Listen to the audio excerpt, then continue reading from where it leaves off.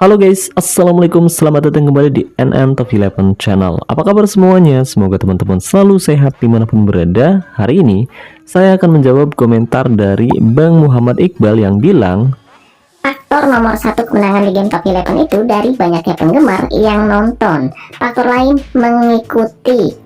Nah, katanya gitu guys. Jadi, apakah benar faktor pendukunglah yang membuat tim kita selalu menang? Oke, buat teman-teman yang mungkin punya pertanyaan sama dengan Bang Iqbal, yuk pastikan kalian simak video ini sampai selesai. Karena hari ini saya akan menjawab dan membuktikannya langsung apakah komentar tersebut benar atau tidak. Let's go, mari kita bahas sama-sama. Tapi sebelum kita membahas lebih jauh, buat teman-teman yang merasa jari tangannya masih sehat, jika berkenan yuk bantu support terus channel ini dengan cara klik tombol like dan juga subscribe biar saya terus semangat membahas seputar game Top 11 ke depannya. Terima kasih.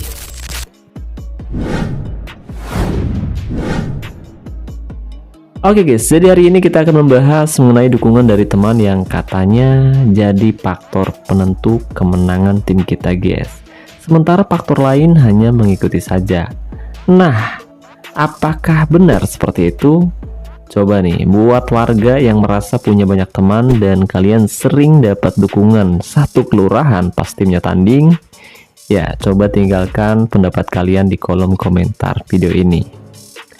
Oke, jadi menurut saya pribadi, komentar dari Bang Muhammad Iqbal tadi kurang tepat guys.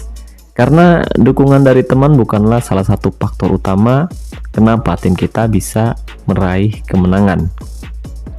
Jadi ada faktor lain nih yang sangat teramat penting yang bisa menjadi kunci tim kita meraih kemenangan meskipun tim kita nggak dapat dukungan dari teman guys, bahkan saat manajer nggak hadir di sisi lapangan sekalipun.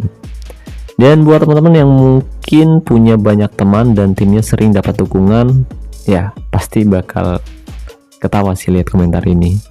Tapi ya udahlah, kita maklumi aja guys. Dan semoga nanti Bang Iqbal lihat video ini biar Bang Iqbal tahu kalau dukungan dari teman itu bukanlah salah satu hal terpenting yang bisa membuat tim kita menang ya guys ya. Nah, untuk menjawab komentar dari Bang Iqbal, jadi saya harus rela nih ngorbanin beberapa pertandingan bahkan sampai tim saya kalah di laga yang sangat teramat penting. Soalnya kalau saya nggak riset dulu takutnya dikira kalau jawaban saya nggak tepat guys. Takutnya jawabannya asal-asalan gitu. Jadi saya udah riset dalam 5 pertandingan terakhir di semua kompetisi dan bahkan saya nggak hadir mendukung tim saya selama pertandingan berlangsung guys. Saya biarin teman-teman saya yang mendukung tim saya guys, mulai dari kompetisi Liga, Cup, dan juga Liga Champion. Nah hasilnya dalam 5 pertandingan terakhir tim saya meraih 4 kemenangan dan sekali menelan kekalahan. Nah di Liga untuk sementara tim saya FC Buteng memang saat ini masih terlihat main bagus. Ya kita masih kokoh di puncak klasemen. Total kita berhasil meraih 6 kemenangan dalam 6 pertandingan terakhir. Ya saat ini kita masih belum terkalahkan sama sekali guys. Dan kita juga menjadi salah satu tim paling produktif dengan mencetak 39 gol. Dan saat ini kita juga masih belum kebobolan sama sekali guys. Tapi meskipun begitu ada 4 tim lain yang juga menguntit di belakang tim kita guys. Salah satunya yaitu KB9 FC yang ada di peringkat 2 yang berhasil mengoleksi 37 gol. Kemudian ada Perintis FC di posisi ketiga dengan 33 gol dan mereka juga masih belum kebobolan sama sekali di liga saat ini. Lalu di posisi keempat ada Zero FC yang sukses mengemas 34 gol.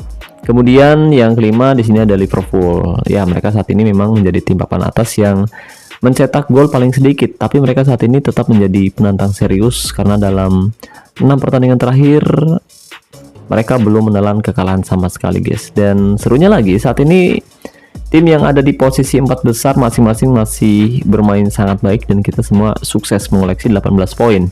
Dan hal ini menunjukkan kalau saat ini persaingan di kompetisi liga cukup panas ya guys ya.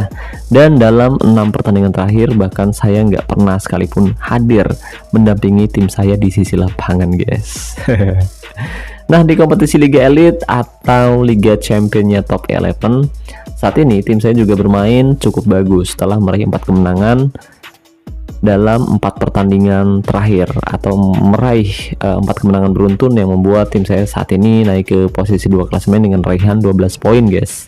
Ya, kita hanya kalah produktivitas gol dengan pemuncak klasemen yaitu AS Trinsen, tim asal Slovakia yang sukses mengemas 24 gol.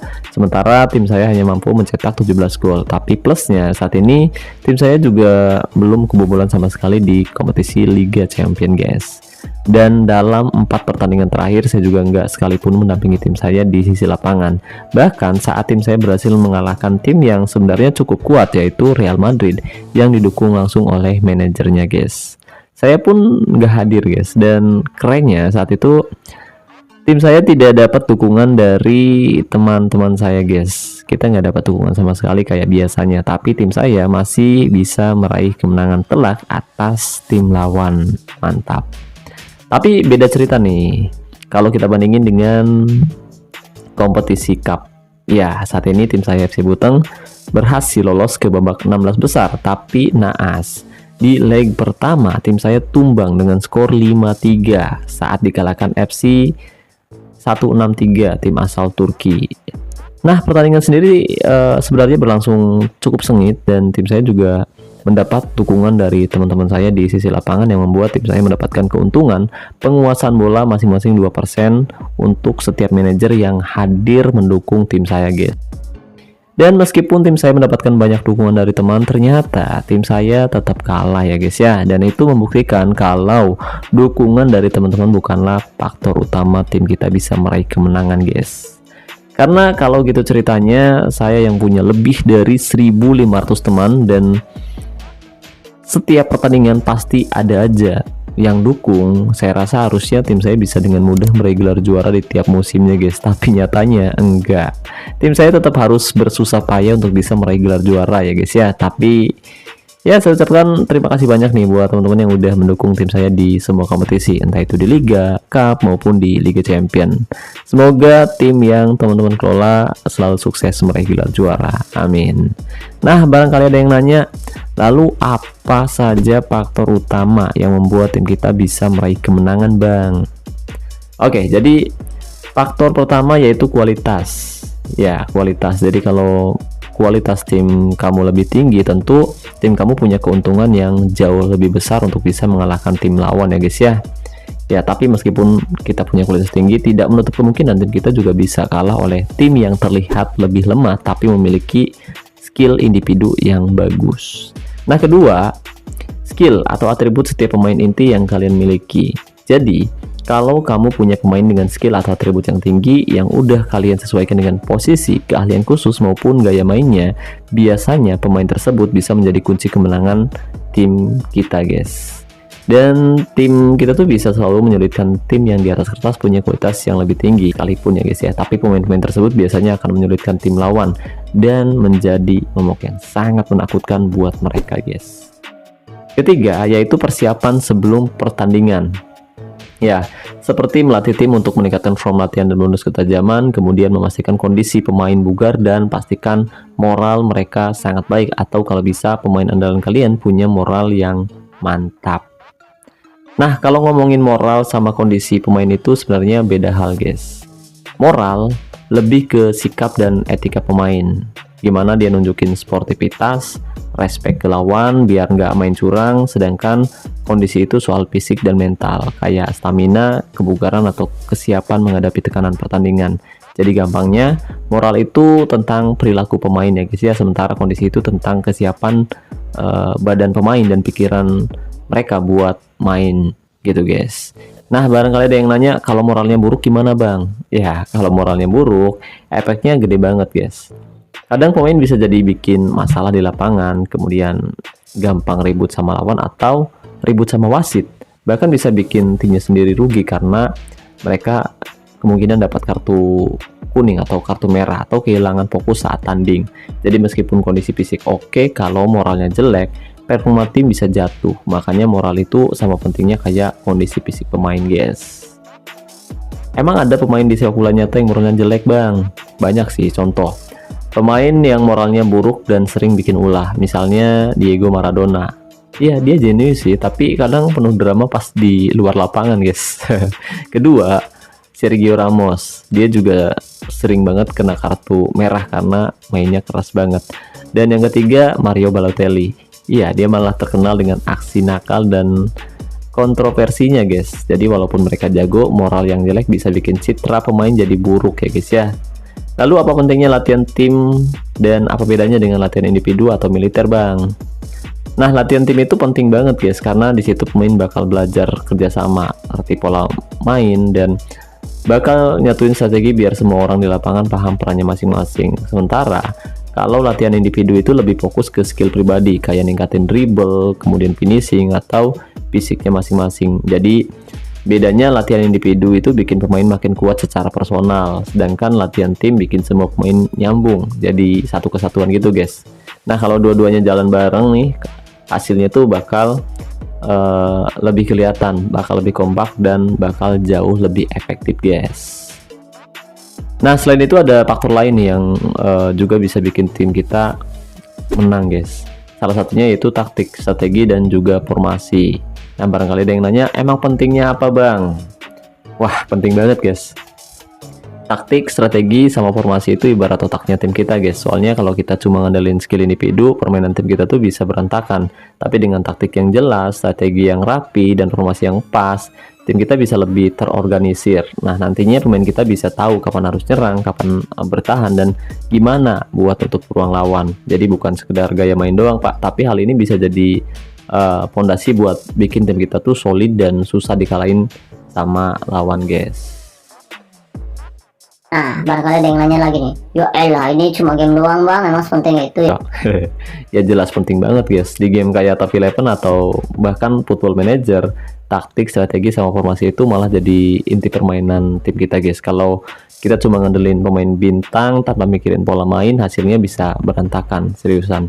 Latihan tim dan individu juga ada efeknya loh guys, karena ya meskipun di game hal itu bisa bikin pemain kita lebih kompak dan performa tim kita bisa naik guys. Jadi sama kayak di dunia nyata ya guys ya. Bedanya kalau di game itu semua keputusan ada di tangan kita sebagai manajer guys.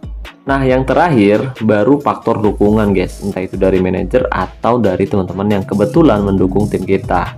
Karena dengan kehadiran manajer atau dari teman-teman, hal ini bisa bikin tim kita mendapatkan bonus penguasaan bola guys. Kalau manajer hadir di sisi lapangan, keuntungannya jelas banget. Pemain jadi lebih termotivasi karena ada arahan langsung nih. Kalau misalkan situasinya berubah, dan tim merasa lebih percaya diri karena tahu ada sosok yang ngatur strategi di tempat atau di sisi lapangan. Kehadiran manajer juga bikin komunikasi lebih cepat karena mereka nggak harus nunggu instruksi lewat staff atau asisten manajer ya guys ya. Sebaliknya nih guys, kalau misalkan manajer nggak hadir, tim bisa kehilangan arah dan pemain mungkin bingung kalau ada kondisi darurat. Semangat bisa turun karena nggak ada figur pemimpin, dan lawan bisa lebih leluasa memanfaatkan kekosongan itu guys. Jadi intinya kehadiran manajer di pinggir lapangan itu bukan cuma formalitas, tapi bisa jadi faktor penentu hasil pertandingan tim kita guys, terutama saat kita bakal menghadapi lawan yang cukup kuat. Sementara dukungan dari teman-teman manajer di Top 11 itu efeknya sedikit, cuma nambah penguasaan bola aja guys. Jadi tim kita bisa lebih dominan pegang bola, tapi bukan berarti pemain jadi lebih tajam atau otomatis bisa cetak banyak gol. Makanya dukungan dari teman itu bukan faktor utama kemenangan tim kita guys, karena yang paling menentukan tetap kualitas tim maupun individu, kemudian taktik, formasi, dan kesiapan tim kita guys. Intinya sepak bola itu nggak cuma soal skill individu, moral, kondisi fisik, taktik, strategi, formasi, sampai latihan tim maupun latihan individu, semuanya punya peran masing-masing guys. Bahkan di game kayak Top 11, hal-hal itu tetap relevan. Dukungan teman manajer misalnya, ya mereka cuma nambah penguasaan bola tapi bukan penentu utama. Jadi kesimpulannya, kemenangan itu lahir dari kombinasi banyak faktor guys. Pemain yang siap, tim yang kompak, manajer yang hadir, dan strategi yang tepat ya guys ya. Jadi seperti itu guys. Oke. Jadi itu dia obrolan kita soal moral, kondisi, taktik, sampai dukungan di Top 11. Kalau kalian punya pengalaman yang seru atau trik sendiri pas main Top 11, kalian tulis aja di kolom komentar biar kita bisa diskusi bareng. Jangan lupa tekan tombol like, subscribe, dan nyalain loncengnya guys, supaya kalian gak ketinggalan konten selanjutnya dari NN Top 11. karena dukungan kalian tuh bikin channel ini terus hidup dan makin rame ke depannya. Ya, semoga aja sih.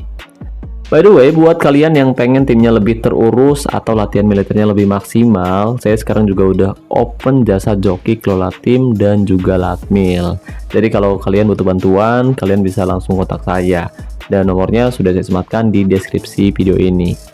Oh ya, buat teman-teman yang nanya, Bang, pakai perangkat apa buat main game, Bang? Nah, saya sendiri saat ini main game pakai Xiaomi Pad 6, guys. Tapi kalau kalian mau pengalaman yang lebih mantep, saya rekomendasiin kalian pakai Xiaomi Pad 7.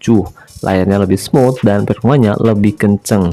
Saya rasa ini bakal cocok banget buat kalian nih yang main game Top 11 biar makin nyaman. Jadi jangan ragu buat upgrade kalau kalian ada kesempatan ya guys ya, atau ada duitnya. Nah, buat teman-teman yang penasaran dengan speknya, kalian bisa cek aja di sudut kiri video ini. Oke, jadi itu saja pembahasan kita kali ini guys. Saya ucapkan makasih banyak nih buat teman-teman yang udah nonton video ini sampai selesai. Semoga pembahasannya bermanfaat. Saya Nur, wassalamualaikum, salam olahraga, salam Top 11 Indonesia.